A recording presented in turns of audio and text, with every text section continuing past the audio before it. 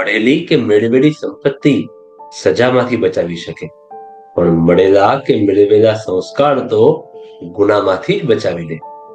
સંપત્તિ લાંચમાં જઈ શકે, સંસ્કાર સાજમાં જ જાય. એક નાનકડી કથા આ વાત આપણને સમજાવવામાં સક્ષમ છે, એટલે જ વાંચો કથા. હતું ખૂબ મોટું રાજ્ય. બાગ બગીચા ને વાડીનો ભાર નહોતો. જાત જાતના ફૂલો ને ભાત ભાતના ફળોથી વાડીઓ સમૃદ્ધ હતી. એમાં એક મસ્ત ને મોટી વાડી, જેનો ચોકીદાર હતો માધુ. રાજાને આ વાડી પર ખૂબ પ્રેમ. વારે તહેવારે રાજા વાડી પર આવીને ચારે બાજુ ફરે ને ખુશ થઈને જાય, ને માધુને ખૂબ શાબાશી આપતો જાય. માધુએ આખી જિંદગી વાડી પાછળ નીચોવી દીધી, ને વાડીને લીલી છમ, હરી ભરી ને ભરી ભરી બનાવી દીધી. વાડીના ઝાડ મોટા થતા ગયા ને માધુ ગરડો થતો ગયો. એનું શરીર હવે થાક્યું. એનો નાનો છોકરો રામુ સ્કૂલેથી આવીને માધુને ઘરકામમાં મદદ કરતો. રસોઈ પાણીમાં આવડે એટલું કરતો હતો. હજુ તો એ નાનો બાળક છે. એક દિવસ માધુને તાવ ચડી ગયો. માંડ માંડ એ વાડીએ પહોંચ્યો, પણ હવે માધુનું શરીર થાક્યું હતું, એટલે ક્યારેક કામમાં વહેલું મોડું થતું.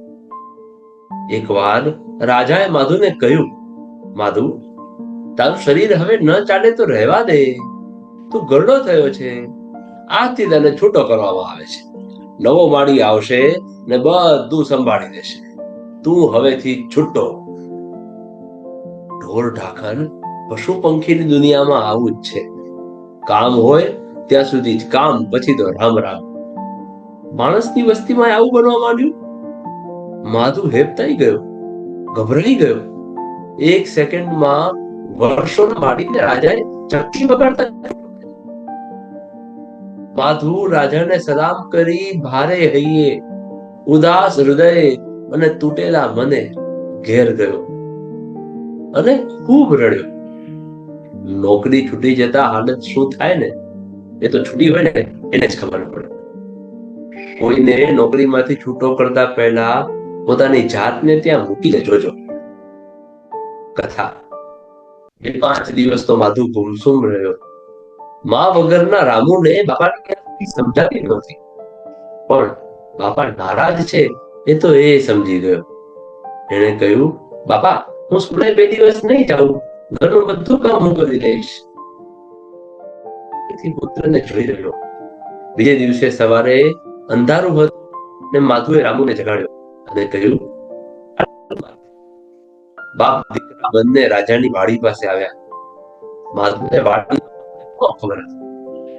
અંદર જવાનો છૂપો રસ્તો ખબર હતો. તે હળવેથી દરવાજો રામુને કહ્યું, તું આ ઝાડ નીચે ઉભો રહે, હું કેરીઓ તોડી તોડીને જોડીમાં ભરીશ. તું નીચે પડે તે ભેગી કરી. માધુએ કેરીઓ તોડી ને જોડીને ભરવાની શરૂઆત કરી, અને એ જ સમયે રાજાને વાડીમાં આવવાનું થયું. રાજાને ખડખડ અવાજથી ખ્યાલ આવી ગયો કે વાડીમાં કોઈ ઘૂસ્યું છે. રાજા એલર્ટ થઈ ગયા, પણ ત્યાં તો 2 મિનિટમાં બધી કેરી નાખીને માધુ રામુનો હાથ પકડીને લઈને ચાલ્યો ગયો. રાજાએ જતા માધુને બરાબર ઓળખી લીધો, પણ રાજાને એ સમજ ન પડી કે એકાએક બધી જ કેરી નાખીને માધુ કેમ ચાલ્યો ગયો. બીજે દિવસે દરબાર ભરાયો. રાજાએ સૈનિક મોકલ્યા અને કહ્યું, માધુને અને એના દીકરાને હાજર કરો. માધુના ઘરે સૈનિક આવ્યો ને રાજાનો હુકમ કહ્યો. માધુના મોતિયા મરી ગયા. એને લાગ્યું કાલે વાડીમાં કેદી ચોરવા ઘૂસ્યો હતો, એના સમાચાર રાજાને મળી ગયા હશે, એટલે જ રાજાએ બોલાવ્યો છે. એ ધ્રુજી ઉઠ્યો. એના મનમાં થયું, મેં ખૂબ ખોટું કામ કરી નાખ્યું. જિંદગીમાં પહેલી વાર પાપ કર્યું. એને ખૂબ પસ્તાવો થયો, તે ડર પણ લાગ્યો. ડરતો માધુ રામુને લઈ રાજાના દરબારમાં આવ્યો. રાજાએ માધુને પૂછ્યું, તું વહેલી સવારે વાડીમાં ગયો હતો? માધુ, હા રાજા સાહેબ, મને અવળી મતી સૂજી ને હું કેરી ચોરવા વાડીમાં ગયો હતો. 3 દિવસથી અડધું પડધું જ ખાધું હતું, એટલે ભૂખ સહન ના થઈ. રાજા, પણ ચોરેલી બધી જ કેરી ત્યાં નાખીને કેમ ચાલ્યો ગયો? માધુને થયું, રાજાજીને કોઈએ પાકે પાયે વાત કરી જ છે, હવે કીધા વગર છૂટકો નથી. એને કહ્યું, મહારાજા, તમે ક્ષમાવંત છો, મને માફ કરજો. આપની સામે જે સાચું છે ને તે કહું છું. ઝાડ પરથી કેરીઓ તોડીને જોડીમાં ભરી, પણ ઝાડ પર કેરી ચોરતા પકડાઈ જવાનો ડર લાગતો હતો. એટલે મેં રામુને બરાબર ચારે બાજુ ધ્યાન રાખવાનું કહ્યું ને અડધી જોડી ભરાઈ ને મેં રામુને પૂછ્યું, રામુ, કોઈ જોતું તો નથી ને?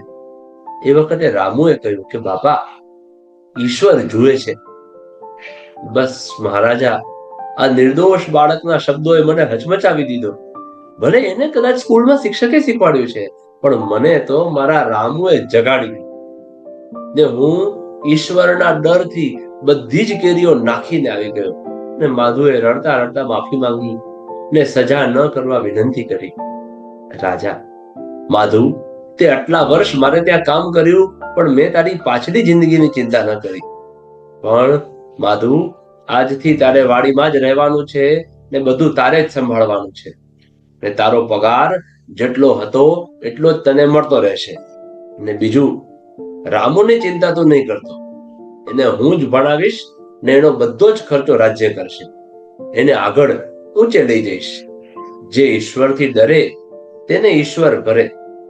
ને પછીના દિવસોમાં માધુ, રામુ એકમાત્ર ઈશ્વરના ડરે પ્રગતિના શિખરો ચડતા રહ્યા. કથા તો પૂરી, પણ એક સારા સંસ્કાર માણસને કેટલી ઊંચાઈએ લઈ જઈ શકે છે એનું આ પ્રત્યક્ષ ઉદાહરણ ને પ્રમાણ છે. આવો જીવનને સંસ્કારોથી મધમત્તું બનાવીએ. ખોટી સંપત્તિ આપત્તિનું કારણ બની શકે, પણ સંસ્કાર આપત્તિનું વારણ બની શકે. સંપત્તિથી વીર બને છે, પણ સંસ્કારથી તો ગુડવિલ બને છે. કેવી લાગી તમને આ વાર્તા? બહુ જ મસ્ત વાર્તા છે ને?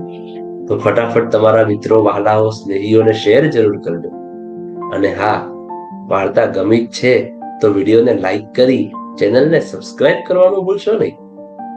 ધન્યવાદ. જય શ્રી કૃષ્ણ.